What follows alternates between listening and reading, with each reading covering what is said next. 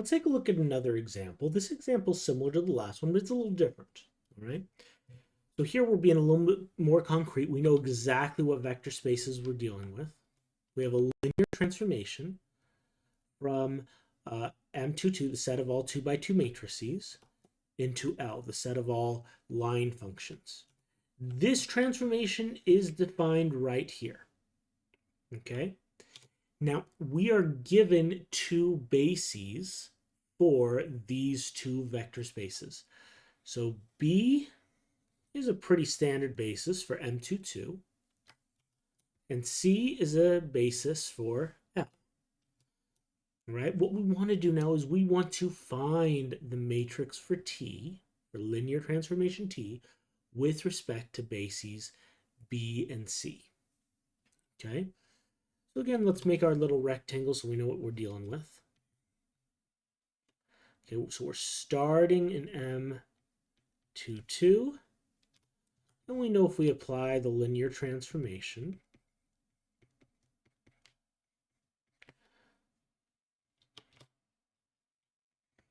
we'll end up in L, the set of all line functions.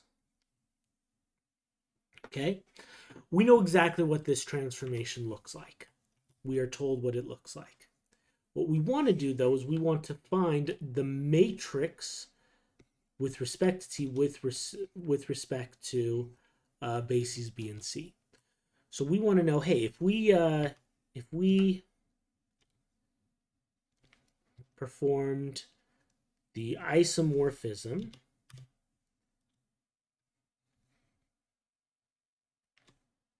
into M22 is a 4-dimensional vector space. It has 4 elements in its basis, so we're going to go into R4. And if we look at the isomorphism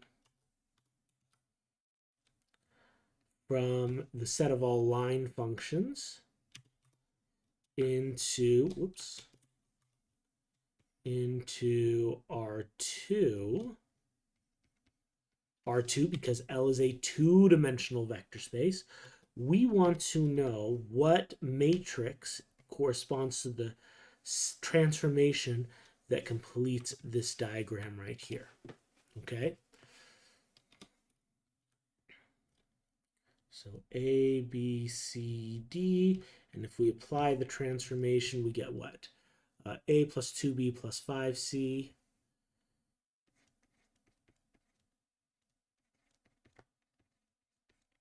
plus 3A plus 2B minus 4CX.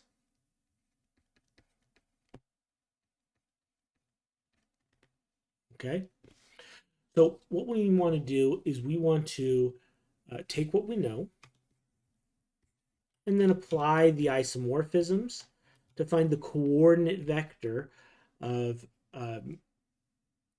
each one of these with respect to the ordered basis that we know for that vector space. Okay, now M22 is real easy. We have our vectors A, B, C, D. Our matrix is A, B, C, D. The basis that we're using is vector space basis B. Notice A, B, C, D is just going to be equal to A times the first vector plus B times the second plus C times the third plus D times the fourth, which means the coordinate vector here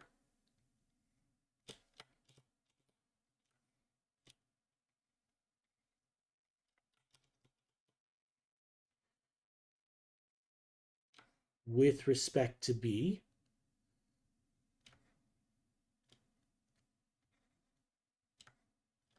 So let's call this M, just so I have something to call it.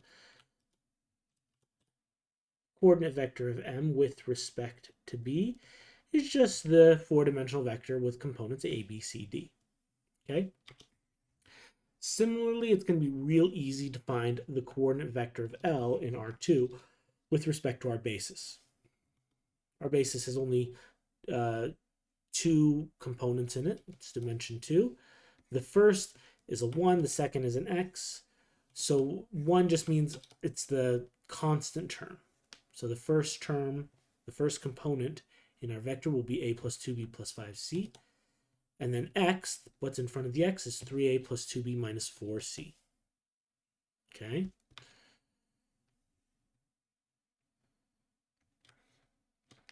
So a plus 2b plus 5c is the first component, the constant component. And then 3a plus 2b minus 4c is the second component, the coefficient in front of the x. And again, let me give this a name. Let me call this L of x. And so this is going to be L of x with respect to basis c. Okay? So I want to know what matrix takes me from here to here. Right? Now, since I'm going from dimension 4 to dimension 2, I know this is going to be a 2 by 4 matrix. So 2 rows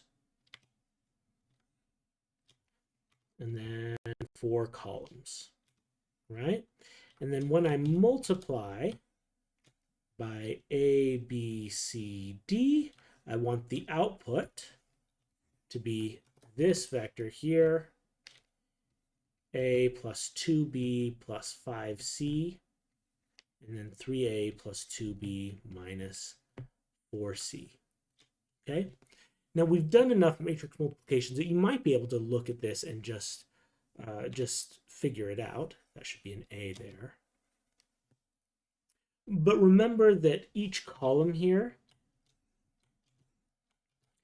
is going to be the coordinate vector of the transpose with respect to the vectors in the basis that we're using for the domain.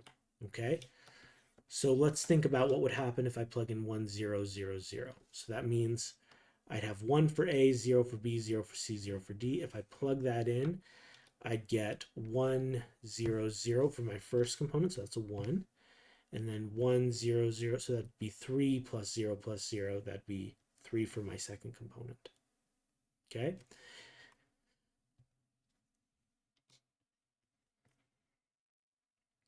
So this is the transformation of my first basis vector in basis B, but with respect, it's a coordinate vector with respect to basis C. Okay? The next vector is 0, 1, 0, 0. I put that here. If I apply the transformation, I get 0, 1, 0, 0, right? 0, 1, 0, 0. If I imagine plugging that in, this is what I should get out.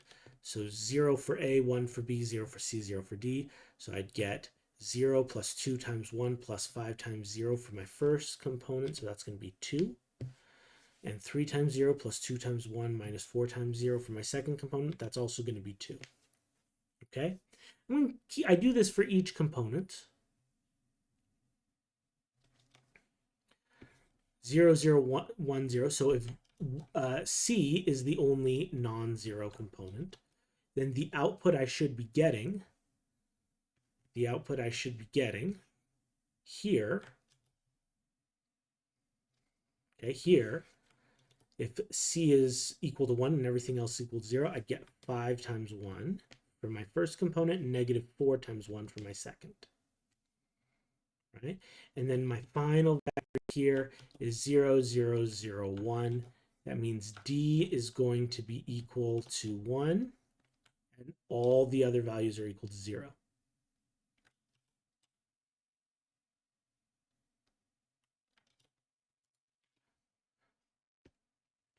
That should be 4. There we go. So if D is equal to 1, all the other values are 0. Well, there is no D here, so I just get 0. There's also no D here, and I get 0 there too. Okay. Notice we kind of put a lot of work into it, but the values here are just the coefficients of A, B, C, and D, 0D. Same here, 3, 2, negative 4, 0, 3, 2, negative 4, and then no D, so 0D. Okay, so the answer, the matrix of the transformation with respect to bases B and C is 1, 2, 5, 0, 3, 2, negative 4, 0.